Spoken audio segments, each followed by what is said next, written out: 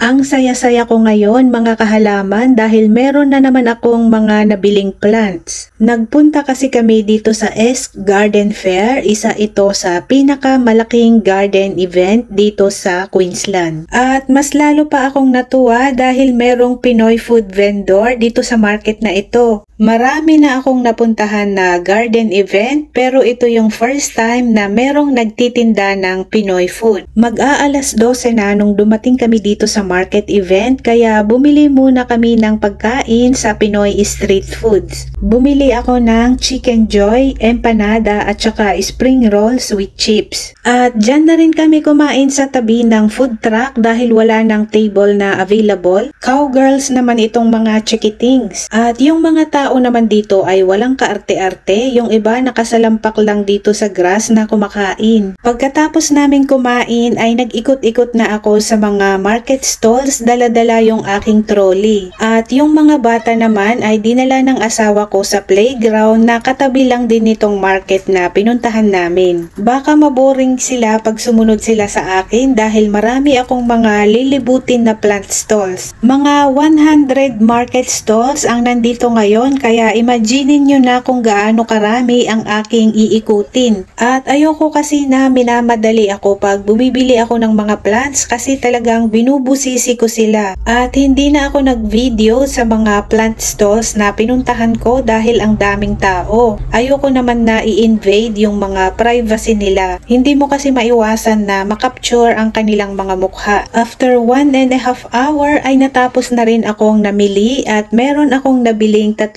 fruit trees at mga vegetable seedlings. Excited ako dito sa isang fruit tree na nabili ko dahil bagong release lang ito dito sa Australia. Ipapakita ko sa dulo nitong video yung mga plants na napamili ko dito. At nag-stay pa kami ng mga 30 minutes pa dahil nag-e-enjoy pa yung mga bata na maglaro.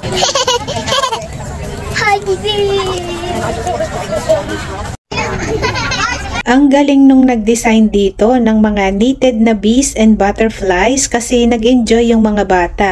Ipapakita ko na sa inyo itong mga plants haul ko during the Esk Garden Fair. Puro edible plants lang ang aking napamili at uunahin kong ipapakita itong mga vegetable seedlings. Itong una ay broad beans. Bumili ako dahil na-curious ako kasi hindi pa ako nakapagtanim at nakatikim nito. Itong pangalawa naman ay Brussels sprouts. Bumili ako nito dahil hindi tumubo yung tinanim ko na seeds. At itong pangatlo ay baby beetroots. Ito yung maliliit na variety. Gusto ko ito dahil very healthy at rich in antioxidants. Itong sumunod naman ay Chinese cabbage or wombok. Ito yung ginagawa nilang kimchi. Bumili ako ng 2 panet na wombok dahil isa ito sa favorite ko na green leafy vegetables. At itong sumunod ay climbing snap pea. Meron kasi akong trellis na pwede kong pagtaniman nito. Meron akong tinanim na snap peas pero yung kasi yung hindi nagka-climb up kaya bumili ako nitong climbing variety. At itong last na vegetable seedling ay broccolini. Marami akong tanim na broccoli pero gusto ko lang matry itong broccolini para ma-compare ko siya sa broccoli. At punta naman tayo sa mga fruits. Itong una ay Logan berry. At binili ko ito dahil first time ko lang ito na na-encounter at wala rin siyang tinik kaya maganda para sa mga kids. At nung sinearch ko ay ito pala ay hybrid ng blackberries and raspberries. Hindi pa ako nakatikim ng Logan berries kaya excited ako dito sa fruit na ito. Itong sumunod ay white sapote at based sa mga napapanood ko na mga fruit growers, isa ito sa pinakamasarap na flavor ng sapote. At madali din daw itong i-preserve. Ilagay lang ito sa freezer tapos i-defrost mo lang ito kapag kakainin mo. Ang lasa daw nito ay parang vanilla custard na may mix of banana and peach. Hindi pa ako nakatikim nito kaya excited rin ako dito sa fruits na ito. At ang pinaka-exciting sa lahat ng nabili ko ay itong Jala Jala avocado. Ito ay bagong variety ng avocado na na-develop dito sa Australia. Ito ay giant size avocado at ang isang bunga nito ay tumitimbang ng up to 1.3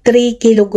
Ang isang Jala avocado ay katumbas daw ng 3 hanggang 4 na Hass avocado. At ang kagandahan pa nitong Jala avocado ay hindi kaagad nagbabrown yung kanyang flesh pagkatapos mo itong makat. Bago lang itong variety na ito dito sa Australia at yung unang release ng mga grafted plants ay nilabas September 2024. Super happy ako na napasakamay ko na itong bagong giant avocado variety.